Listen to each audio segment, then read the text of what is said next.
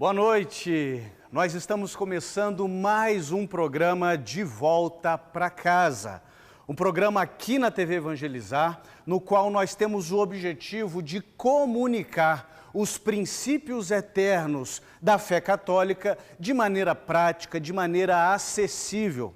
Esse é o primeiro programa da TV brasileira focado em contar a história de irmãos e irmãs que estavam caminhando em outros apriscos, que estavam distantes da Santa Igreja, mas um dia decidiram retornar para casa, decidiram se tornar católicos.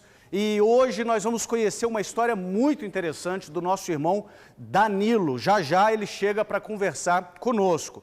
Eu sou o Eduardo Faria, eu tenho 40 anos de idade, sou formado em jornalismo, em teologia e durante 22 anos da minha vida eu fui membro de uma igreja protestante e desses 22 anos eu fui pastor dessa igreja.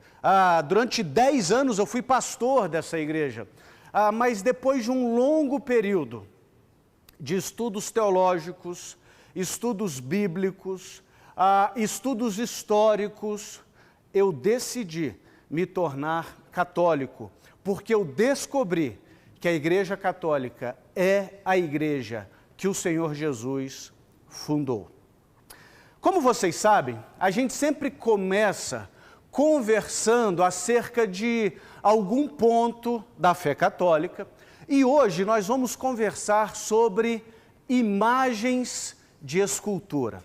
Se você é católico, assim como eu, você já deve ter ouvido a seguinte frase: quem se curva diante de imagens é um idólatra, ou a Bíblia condena claramente as imagens de escultura, e se a Bíblia condena as imagens de escultura, e os católicos têm imagens de tudo que é jeito, de tudo que é santo, certamente tem alguma coisa errada aí na forma como os católicos praticam a sua fé. Você já ouviu isso antes? Eu tenho certeza que sim. Mas deixa eu levantar aqui algumas perguntas para a nossa reflexão. Primeiro, toda imagem de escultura é condenada na Bíblia? Segundo, por que a Santa Igreja utiliza as imagens? Ora, a Santa Igreja escreveu a Bíblia, a Santa Igreja compilou a Bíblia, a Santa Igreja preservou a Bíblia, e nós temos imagens. Então, por que nós temos essa prática? Vamos entender então? Primeiro, texto que nós precisamos nos remeter para esse assunto é o texto de Êxodo capítulo 20. Certamente esse é um dos primeiros textos que vem à nossa mente. Não farás para ti imagem de escultura. Só que o texto não para aí. O texto diz: não farás para ti imagem de escultura, não as adorarás e nem lhes dará culto. Eu estou em Êxodo capítulo 20, mas perceba que interessante. No mesmo livro da Bíblia, Êxodo, só que 5 capítulos depois, Êxodo capítulo 25, nós lemos o seguinte: farás para ti um propiciatório de ouro, de 1,10 m de comprimento, e fará 2 querubins de ouro, e colocará nas extremidades do propiciatório. Êxodo 25, versículos 17 e 18. Olha que interessante, Êxodo 20 diz: não farás imagens de escultura. E Êxodo 25 diz: farás imagens de escultura. Ora, será que Deus se confundiu? Certamente que não, né? Existem tantas outras passagens nas Escrituras que nos mandam fazer imagens. Eu citei uma, mas a gente vê, por exemplo, no livro de Números, Deus manda Moisés fazer a imagem de uma serpente de bronze. A gente vê, por exemplo, o templo de Salomão, que era todo revestido de imagens nas paredes. Isso nos dá um indício de que o problema não são as imagens. Não, o problema não são as imagens. O problema nós vemos lá em Êxodo, capítulo 20. Não as adorarás e não lhes prestarás culto. O problema não são as imagens, o problema é a idolatria. é o uso incorreto das imagens. E o que é um ídolo? Um ídolo é uma falsa divindade. Um ídolo é quando o meu e o seu coração coloca qualquer coisa acima de Deus. Certamente, fazer imagens com esse propósito é errado. Mas quando as Escrituras nos mandam fazer imagens, não é com esse propósito. Então, por que os católicos usam imagens? Olha o que diz o Concílio de Trento. A honra que se tributa às imagens se refere aos protótipos por elas representados. A honra que se presta às imagens se refere ao protótipo por elas representadas. Então, quando nós honramos uma imagem, quando nós temos imagens de Jesus, de Nossa Senhora, dos santos, e as honramos, a honra não para na imagem, a honra vai para o protótipo que essa imagem representa. Quer um exemplo bem simples? Você que está nos assistindo, você é militar? Conhece alguém que é militar? Você sabia que quando algum militar está diante da bandeira nacional, ele precisa honrar a bandeira nacional? Pergunta, ele está honrando um pedaço de pano ou ele está honrando o que aquela bandeira simboliza? Logicamente, ele não está honrando um pedaço de pano. Quando nós reverenciamos os símbolos pátrios, por exemplo, nós não estamos reverenciando um pedaço de pano ou qualquer outra coisa, mas o que aquilo simboliza.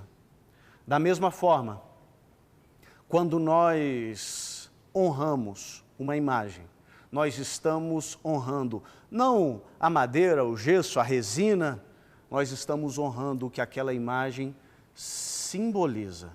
E nós podemos fazer isso, porque São Paulo, escrevendo aos Colossenses, nos lembra que o Deus invisível se manifestou entre nós. O Deus invisível se fez carne, foi reconhecido em figura humana, e em Colossenses capítulo 1, versículo 15, nós lemos: este é a imagem do Deus invisível.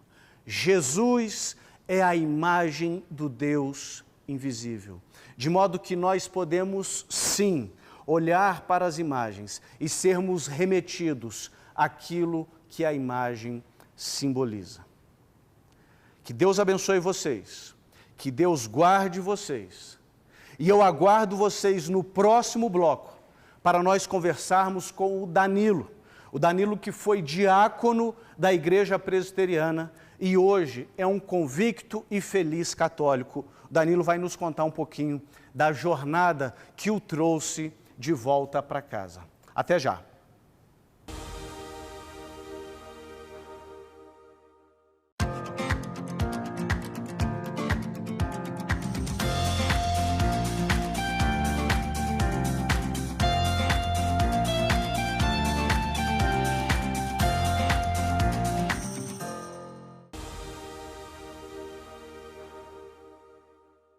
Olá, estamos de volta para o segundo bloco do programa De Volta para Casa, onde nós vamos conhecer a história de irmãos e irmãs que caminharam distantes do rebanho do Senhor, mas retornaram para casa, retornaram para a Santa Igreja Católica.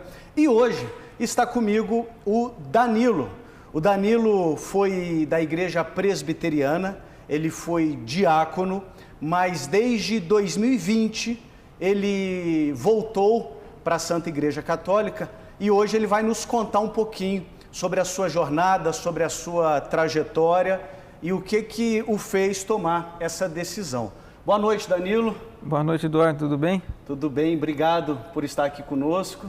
Eu que agradeço, é um privilégio poder contar como foi a minha trajetória. Foi bastante difícil, teve momentos de dificuldade, mas valeu muito a pena. Ah, muito bom.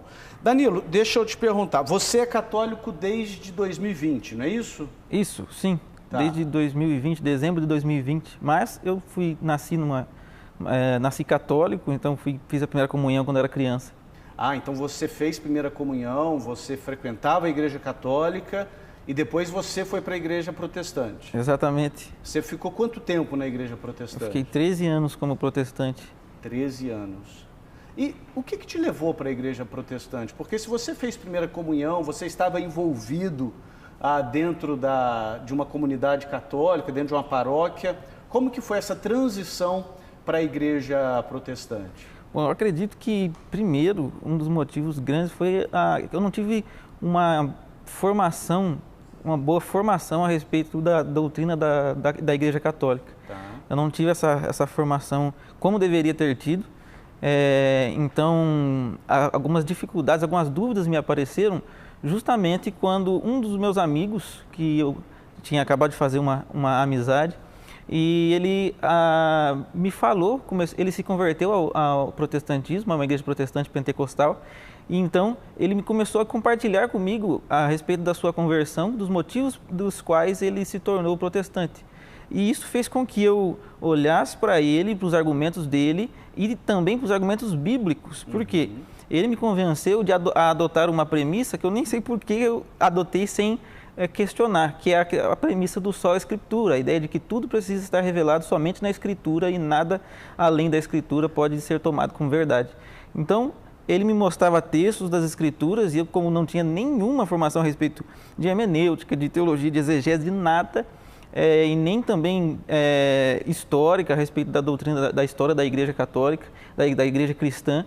Então eu entendi ali, vendo versículos como os dos quais você já citou, que é o de Êxodo 20, e pensei, poxa, isso é simples, é uma coisa muito clara. Aqui não pode Exatamente, ter imagens. não pode ter imagens. Então, como que... Se a igreja tem um monte de imagens e os evangélicos não têm imagens, se a Bíblia não mostra em nenhum momento que tem Nossa Senhora de Aparecida na Bíblia, ou os santos intercedendo claramente, evidentemente. E tudo tem que estar na Bíblia, né? Segundo a crença do Sola Escritura, que, ironicamente, esse postulado não está na Bíblia, né? Exatamente. E também fui pego um pouco pelo medo por questões escatológicas, questão da vinda de Cristo, da grande tribulação. Eu pensei, poxa, eu preciso com urgência corrigir a minha vida espiritual, tomar uma decisão que me leve para o céu, já que eu tinha essa consciência e um medo do inferno e um desejo, lógico, de ir para o céu. Ou seja, você como católico, você tinha consciência acerca de Jesus, acerca da Bíblia, acerca do nosso destino eterno, mas por causa de uma má formação, quando alguém te abordou, aquilo fez sentido para você e você se tornou protestante. Exatamente, eu tinha já uma noção do que Cristo fez por nós. Eu me lembro que tinha no meu quarto um crucifixo e eu sabia que Jesus tinha morrido por mim, mas eu não entendia muito bem como eu deveria fazer para ser um bom cristão. Ok, então você se tornou protestante, foi protestante durante 13 anos, se tornou diácono da igreja presbiteriana. E qual que era, durante esse período, a sua visão sobre a Igreja Católica? A minha visão era totalmente ruim a respeito da Igreja Católica. Eu pensava claramente que eles eram pessoas ignorantes, que não sabiam ler a Escritura Sagrada e que eles eram idólatras e que idolatravam Nossa Senhora. E eu pensava de fato que qualquer católico era um ignorante bíblico e não conhecia as Escrituras e que bastava ele ler as Escrituras e ele deixaria de ser católico. Era só ler a Bíblia que ele ia deixar de ser católico. Com certeza. E é interessante assim, porque você ainda poderia pensar, eu já fui católico, eu sei do que eu estou falando, né? Exatamente. Eu usava esse argumento, falava, eu fui católico, comecei a ler a Bíblia e deixei de ser católico. Entendi. A Bíblia me tirou do catolicismo. Exatamente.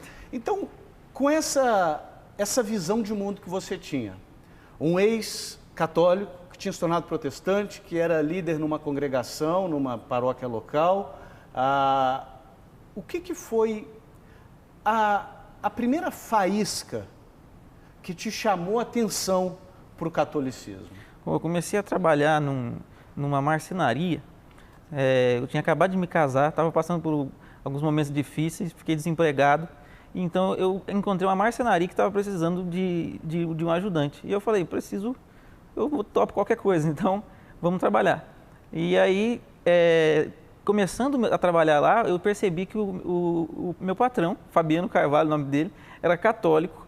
E ele, eu pensei, poxa, um alvo fácil, católico, não sabe nada de Bíblia, eu vou converter ele e os meus colegas de trabalho. Deixa eu cumprir minha missão aqui, né? Isso. A gente está conversando com o Danilo que foi protestante durante muitos anos, inclusive foi diácono da Igreja Presbiteriana, e nós estamos no programa De Volta para Casa, e ele está contando para a gente como que ele se tornou católico.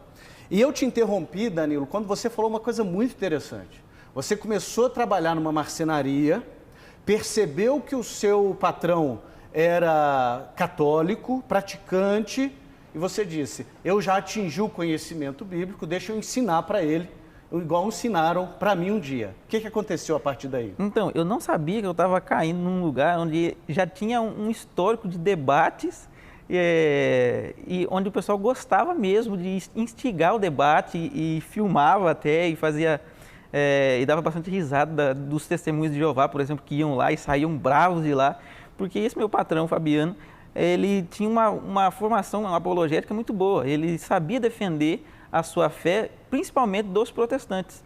Então, ele como já debatia com protestantes, e para ele foi muito fácil acabar com os meus argumentos. Eu me lembro que a primeira coisa que eu perguntei para ele foi a respeito das imagens. E falando com ele a respeito das imagens, eu questionei a respeito do livro de Êxodo, capítulo 20, e ele me disse que... e aí ele me deu uma resposta, e no final da resposta eu lembro das palavras dele, ele disse, pronto, quanto a isso você está refutado. E aí eu pensei, poxa, cara, como que ele, um católico que não sabe nada de Bíblia, fala para mim que eu que quero ser pastor, que gosto de teologia, como que ele pode falar para mim que eu fui refutado? Então eu fiquei muito bravo nesse momento, fui para casa doido, convencido de que ele de fato tinha usado bons argumentos, e eu falei, eu preciso estudar, e eu passei muito tempo pesquisando sites de apologética protestante para conseguir ganhar dele. A questão das imagens, que foi o tema da nossa catequese nesse primeiro bloco, a questão das imagens, que para um protestante é um tema caríssimo, né? Nós não podemos nem pensar em como seria Jesus se nós formos protestantes, né?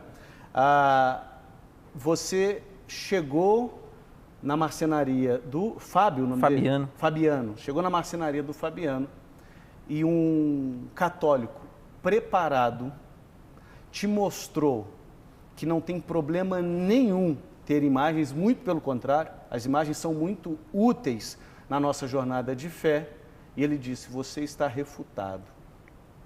Percebam, queridos, a importância de nós termos, como aconteceu na vida do patrão do Danilo, nós termos pelo menos duas coisas. Primeiro, a paixão pelas almas, vontade de compartilhar a verdade em amor. E segundo, preparo. Talvez, se fosse um católico que não estuda, que não conhece a sua própria fé, o Danilo teria tirado ele da Igreja Católica e levado para outro canto, né? Então essa foi a primeira faísca, né? E a partir daí você começou a estudar, a entrar em sites, assistir pregações. Houve alguma doutrina, Danilo, algum dogma católico que você teve dificuldade de aceitar, e como que você superou isso?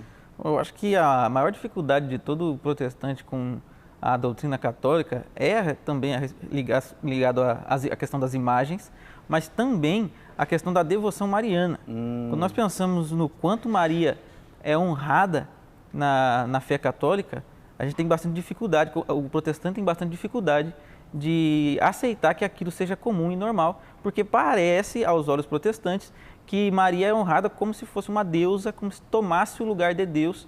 E, além do mais, nós fazemos orações, pedimos a intercessão de Nossa Senhora, nós rezamos Ave Maria, o terço, 50, quando eu fiquei sabendo que o terço eram 50 Ave Marias e só 5 Pai Nossos, eu pensei, poxa, mas é claramente uma honra maior a Nossa Senhora do que a Cristo, a Deus, Então, Maria tem um lugar no centro da Igreja Católica e, por isso, a minha maior dificuldade foi a Mariologia.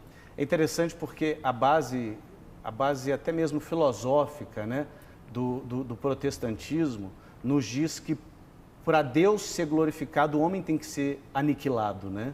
Tem que ser diminuído. E a gente descobre hoje que não, né? Quando nós louvamos as obras do Criador, a gente não está diminuindo a glória do Criador, né? A gente está louvando a obra do Criador. Como que você superou essa barreira com Nossa Senhora? Bom, essa ilustração que você deu foi uma das ilustrações que o Fabiano me mostrou. Ele acabou me dizendo o seguinte: a gente gostava de desenhar, eu também e ele também, e aí a gente desenhando algumas coisas ali nos pedaços de madeira que sobrava, ele me falou: olha, quando você honra uma imagem, um desenho que eu fiz, você fala, nossa, como ficou bom, isso você está dando honra para mim, porque eu que fui o desenhista, não a imagem. A imagem foi eu que fiz. Então, isso começou a me fazer pensar que quando eu honrava a criatura e honrava aquilo que é criado por Deus, que foi bom, eu estava honrando ao Senhor, nosso Deus. Fabiano te falou isso? Uhum. Muito bom.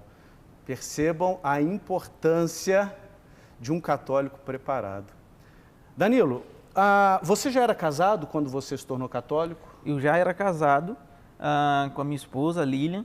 Sua esposa também protestante? Protestante, filha de pastor protestante. Filha de pastor? Isso, filho de pastor batista. Então, peraí, deixa eu entender. Pastor batista, tem a filha, cria a filha dentro da igreja batista, entrega a filha em casamento para um diácono da igreja protestante e, de repente, esse diácono da igreja protestante diz para o sogro e para a esposa, olha, eu virei católico. Como que foi isso, Danilo? Como é que a sua esposa reagiu?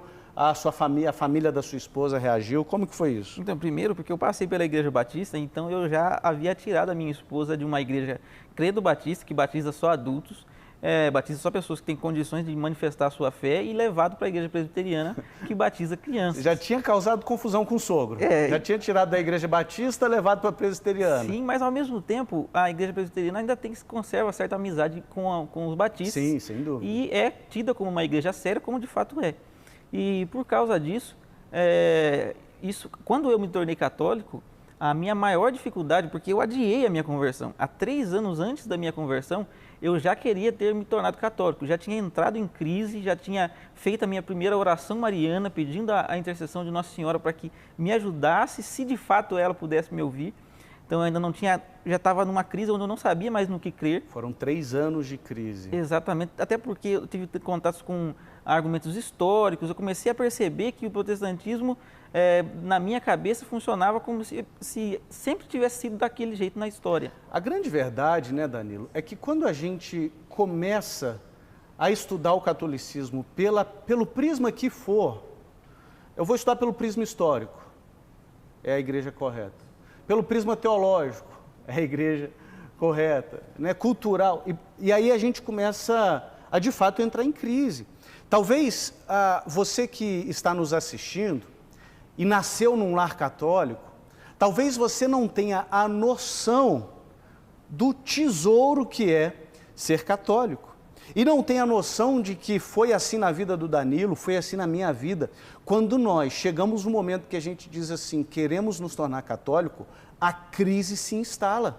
A crise se instala porque a gente não sabe como lidar com as mais diversas questões que vão desde círculo social, questões familiares, em alguns casos questões financeiras. Então essa crise existe.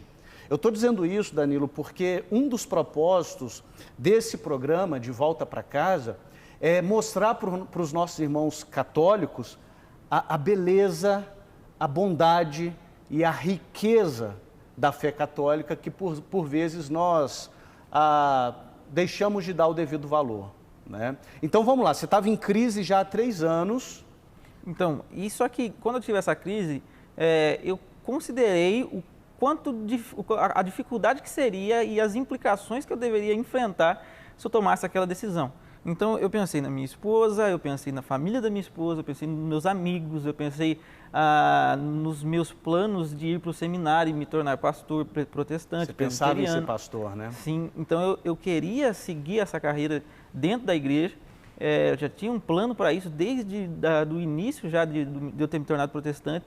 E aí, quando eu considerei todas essas coisas, eu pensei, eu não quero lidar com essas implicações agora, com essas dificuldades agora, eu não consigo lidar com elas. Comuniquei até a minha esposa sobre a minha crise, falei com ela que eu estava em crise, que eu estava com dificuldades. Ela já pensou, não, se você se tornar católico, eu não vou com você não. Então, isso me fez com que eu deixasse para lá, coloquei dentro de uma gaveta, fechei e deixei lá por 3 anos escondido, até que chegou num momento onde eu comecei a sentir que não tocar mais naqueles assuntos seria já uma desobediência contra Deus, já que todas as questões que me faziam favorável a crer na doutrina da fé, da doutrina da Igreja Católica, me levavam a de fato acreditar que elas eram verdadeiras. Você já não era mais ignorante. Isso. Ignorante no sentido de desconhecer a verdade, né? Às vezes a pessoa que está fora da Igreja Católica, pelo menos institucionalmente, mas na ignorância, Deus vai lidar de uma forma, mas quando nós nos tornamos conhecedores de que a Santa Igreja é a Igreja de Jesus, isso tem um peso de responsabilidade, né? Com certeza. Fabiano me falava da ignorância invencível e eu pensava, a minha ignorância já não é mais invencível. Foi vencida, né? Foi vencida. Foi vencida. No seu ponto de vista, Danilo, por que alguém que chegou às informações que você chegou, a consciência de que você chegou acerca da fé católica, deve se tornar católico? Por exemplo, por que você não falou assim, ok, a Igreja Católica é uma boa igreja, uma igreja que também tem o seu valor, mas eu posso continuar servindo a Deus aqui na minha igreja, ainda mais como diácono que eu sou na igreja presbiteriana. Por que alguém tem que se tornar católico quando chegou no ponto que você chegou, em vez de permanecer um evangélico mais aberto ao catolicismo, por assim dizer? Bom, no meu caso, eu queria de fato experimentar o cristianismo na sua plenitude. Eu queria de fato desfrutar de tudo aquilo que Cristo tinha para mim. E uma das coisas que pesou bastante foram a questão da sucessão apostólica, que era necessária para que tivesse validade os sacramentos. Então, se era necessário que houvesse uma sucessão apostólica na história, onde bispo por bispo havia ordenado os presbíteros e tudo mais, e que ligasse essa sucessão aos apóstolos, isso deveria fazer com que eu, de fato, considerasse com mais força a necessidade de me tornar católico se eu quisesse participar dos sacramentos com validade, se eu quisesse, de fato, receber Cristo na Eucaristia. E quando eu comecei a pensar, considerar principalmente a questão da Eucaristia, de que Cristo estava presente lá, de que era Deus ali no pão, em aparência de pão, e isso fez com que eu tivesse uma urgência no meu coração para me tornar católico, porque eu queria de fato experimentar o cristianismo verdadeiro e não ficar à margem do cristianismo, não ficar afastado ou continuar sendo um irmão separado. Você então se tornou católico porque você queria experimentar o cristianismo na sua plenitude. Foi essa frase que você disse. Você experimentou? Sim, com certeza. A minha primeira experiência numa missa, em relação, por exemplo, às imagens novamente, eu tinha, já por causa de um dos documentos de fé da Igreja Presbiteriana, eu tinha a ideia de que imagens eram proibidas absolutamente. Até mesmo, por exemplo, as imagens mentais. Por causa disso, eu tentei experimentar uma espécie de cristianismo onde eu não fazia imagens mentais, nem mesmo quando eu estava lendo as Escrituras. Não assistia filmes onde tinha representação de Deus e tudo mais. E por causa disso, eu acabei, na minha primeira missa, tendo uma experiência sensacional.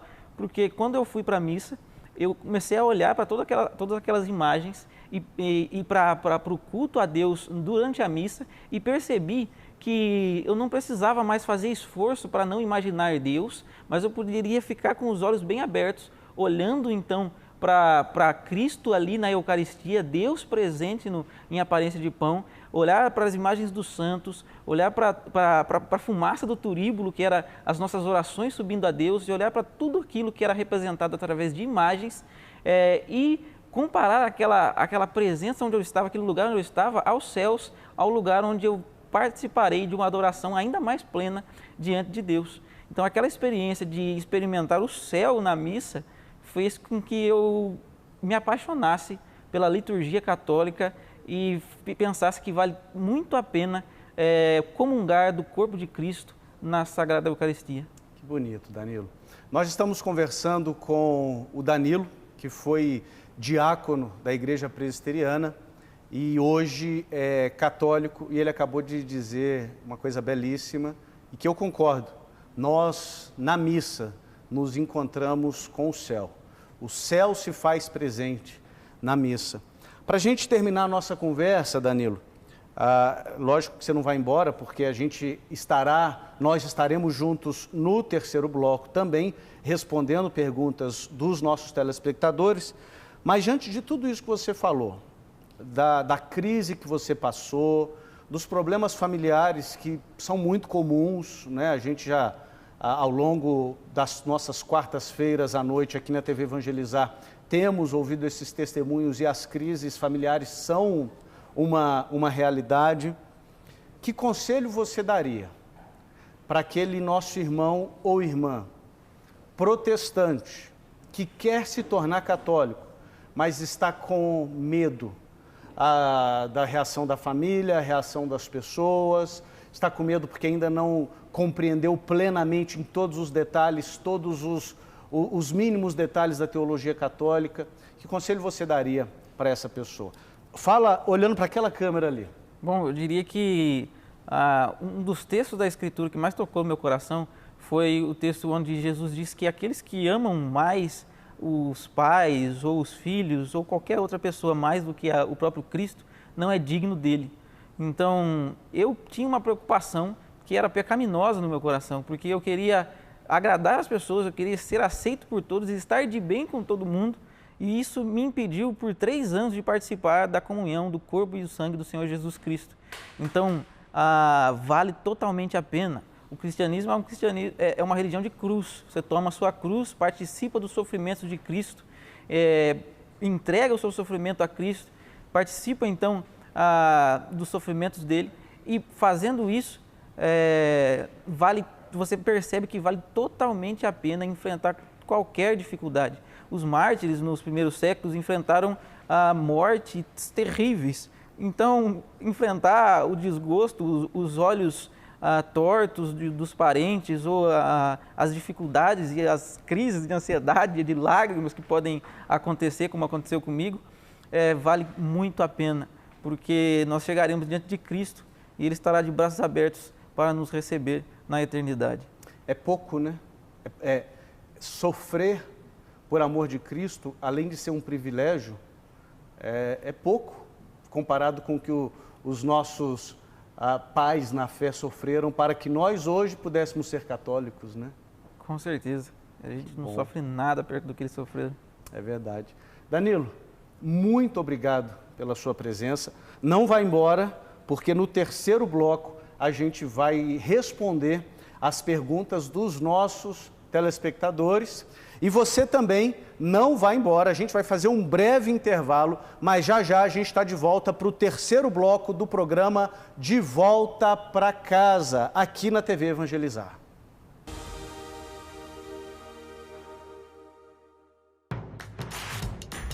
Não perca mais os vídeos da TV Evangelizar. Inscreva-se já!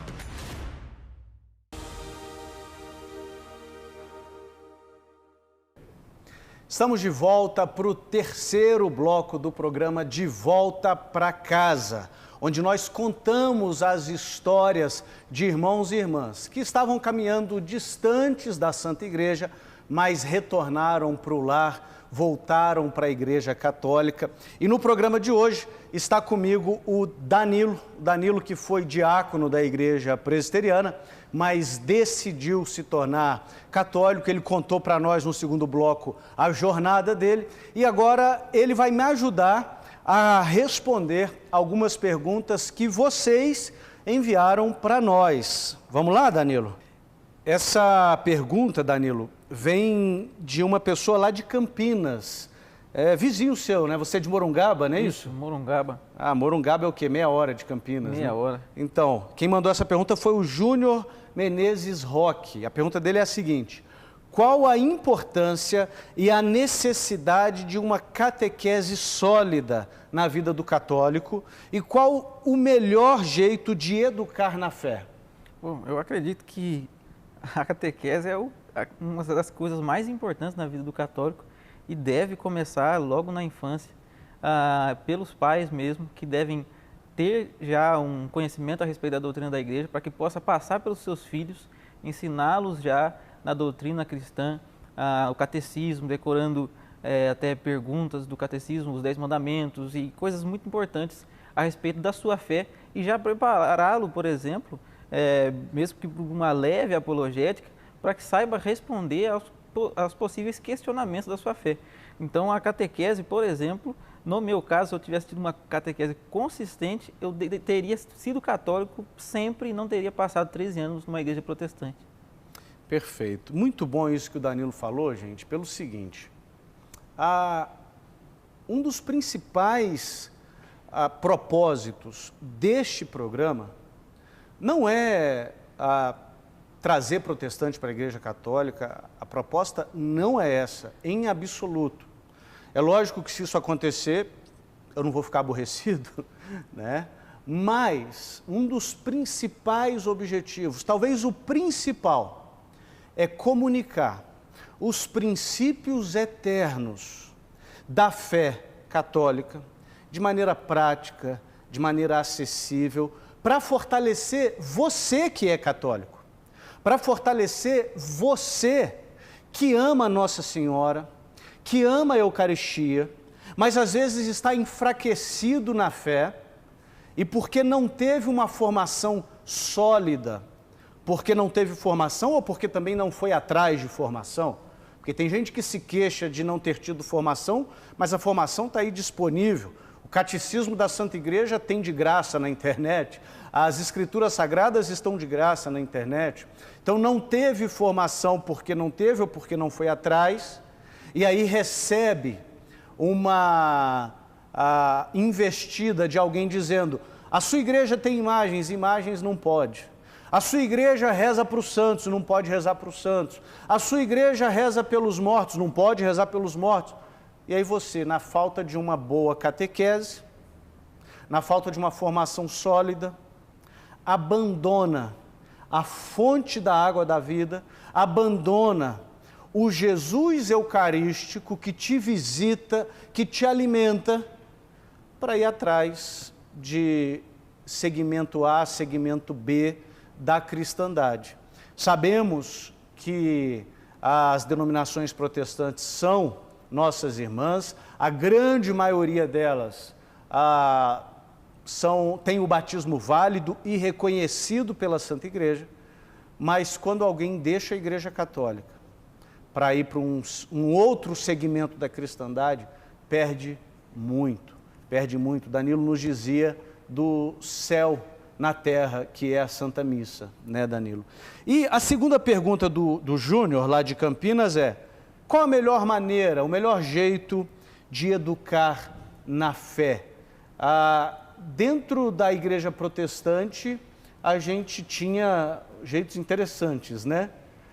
De educar, as escolas bíblicas. O que você sugere que a gente pode aprender com os nossos irmãos protestantes para fazer uma catequese mais sólida, mais constante e intencional? Bom, uma das coisas que me empolgou em relação a fazer parte de uma igreja protestante era a ideia de que eles tinham, de fato, uma dedicação muito grande pelo estudo da Escritura. É a escola bíblica dominical. Exatamente. Né? Quando eu fui pela primeira vez numa escola bíblica dominical, eu fiquei encantado sobre quanto de conteúdo bíblico a gente aprendia lá. Então, eu acredito que ter uma formação assim mais consistente, tanto dos nossos símbolos de fé, tudo daquilo que a gente tem como regra de fé, ter uma formação a respeito da Sagrada Escritura, da tradição, do magistério, da doutrina da igreja, no catecismo, em diversos documentos que nós temos, é extremamente importante e isso deve acontecer desde a infância. Os pais devem ensinar os filhos e com certeza a comunidade paroquial também deve investir nesse tipo de formação para que possa formar as pessoas firmes na sua fé e convictos para que também não se percam durante a caminhada. Então, o papel de catequizar os filhos e levá-los para o céu é dos pais. Com certeza. A igreja, a paróquia vai ajudar. Sim, porque se a paróquia falha em ter bons catequistas e ter catequistas bem formados, a pessoa mesmo consegue identificar isso pela catequese boa que teve dos pais. Então é em casa, os pais ensinando, explicando a respeito da história das imagens, a história dos santos, dando o exemplo dos santos, buscando a santidade na casa, então catequizando também com o exemplo de fé e com a santidade da vida. Isso com certeza vai fazer com que a fé dele seja fortalecida e mesmo que ele não saiba responder em algum momento alguma questão sobre a sua fé, ele vai pensar, a minha fé é consistente e eu sei que tem pessoas que sabem respondê-la e eu vou pedir ajuda. E é interessante porque isso que você me falou me lembrou duas coisas. A primeira coisa foi um contato que eu tive com uma família recentemente, fiquei hospedado na casa de uma família muito querida e eles relatavam para mim que eles achavam a formação catequética da paróquia deles muito fraca. Sabe o que eles fizeram? Eles se voluntariaram para ser catequistas. Eu achei isso tão bonito, porque às vezes a gente é tão acostumado a ser consumidor, que a gente fala assim, a formação aqui é muito fraca, vou para outra paróquia. Né? Ou então eu vou ficar falando mal aqui da minha paróquia, do meu padre. Esse casal não. Eu achei fraco. Eles foram lá e se tornaram voluntários para servir na paróquia, talvez uma coisa que vale a pena, né? E uma outra coisa também que me chama muita atenção, Danilo, é que eu vejo pais se lamentando, pais e mães, né? Se lamentando, eu não consigo ensinar meu filho, eu não consigo... Mas ensinou tanta coisa, né? Os pais ensinam o filho a ler, a escrever, ensinam o filho que ele tem que tirar boa nota, ensinam o filho que ele tem que fazer faculdade, passar no vestibular. Por que ele não consegue ensinar a fé? Será que ele acha que é uma coisa mágica, ele acha que o papel é só da igreja? Então, me parece que de fato essa questão da terceirização da catequese é muito comum. Se pensa que, poxa, eu não tenho habilidades para ensinar, eu não tenho conhecimento da fé católica, mas vai chegar a hora que ele vai aprender porque ele vai para a catequese e lá a catequese dele acontece. Eu não preciso ensinar porque tem o padre para isso, tem os catequistas que estudaram para isso, então eu deixo para eles. Muito bom. Obrigado, Júnior Menezes Roque, de Campinas, pela pergunta. E obrigado, Danilo, por me ajudar na resposta.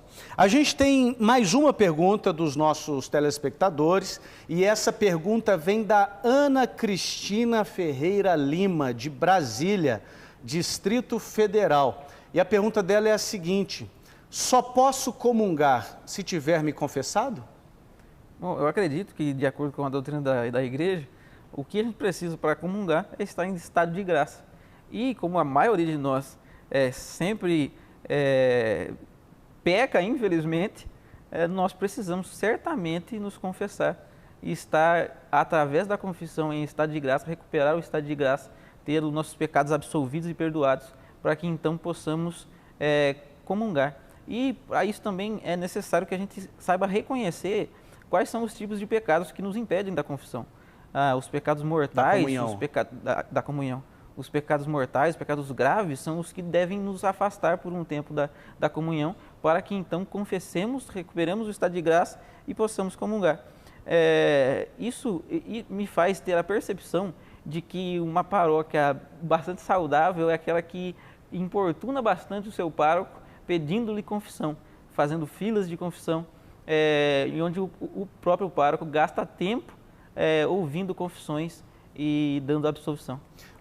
Vamos fazer uma coisa? Vamos dar trabalho para os padres desse Brasil?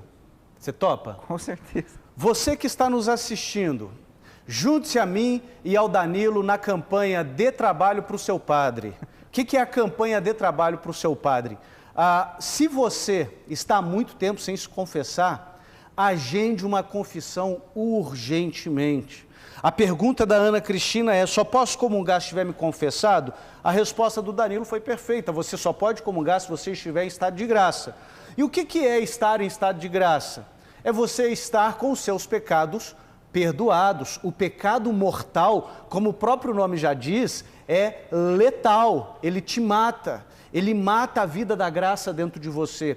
E o que é um pecado mortal? Para que aconteça um pecado mortal, você precisa de três condições. Primeiro, matéria grave. Segundo, você tem plena consciência, ou seja, você sabe que é matéria grave. E terceiro, você tem plena liberdade. Você fez porque quis. Você pecou porque quis. Será que passando por essas três peneiras, você cometeu um pecado e a matéria é grave, você sabia que era grave e você fez porque quis?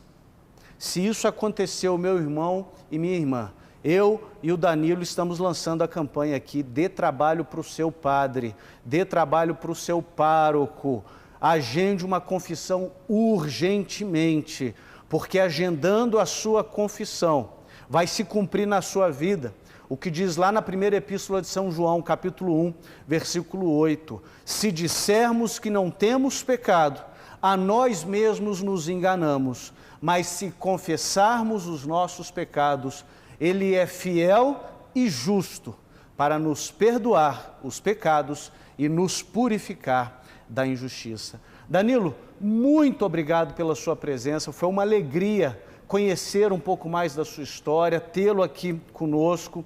Que Deus te abençoe grandemente, meu irmão. Eu que agradeço, Eduardo. Fico muito feliz de poder estar aqui, com certeza. É para mim um privilégio muito grande poder contar a minha história, não porque eu quero ser conhecido, mas porque isso ajuda. No meu caso, ajudou muito conhecer pessoas que também se tornaram católicos, passaram por essa transição. Então, eu espero que mais pessoas também saibam que as dificuldades podem ser vencidas e também passem corajosamente por essa transição. E se alguém quiser te achar nas redes sociais, pegar algum conselho com você que já percorreu esse caminho, como é que faz? Bom, tem o meu Facebook, Danilo Ribeiro, você pode me encontrar. Tem um canal também no YouTube, chamado Cristão Católico, se chamava Cristão Reformado, e aí eu mudei o nome para Cristão Católico. Então você pode ir lá se inscrever no meu canal, me fazer um comentário lá nos vídeos lá, e eu posso até te passar o meu contato, você pode me mandar uma mensagem e a gente pode conversar tranquilamente. Então é isso. Muito bom. Eu também quero convidar você a me seguir no Instagram. O meu @ é dudufaria1 e a minha atuação no Instagram é para ajudar você a conhecer, amar e defender a fé católica. Também convido você a entrar no meu site, eduardofaria.com.br, e lá você vai ter uma série de recursos para te ajudar a crescer no conhecimento da fé da Santa Igreja.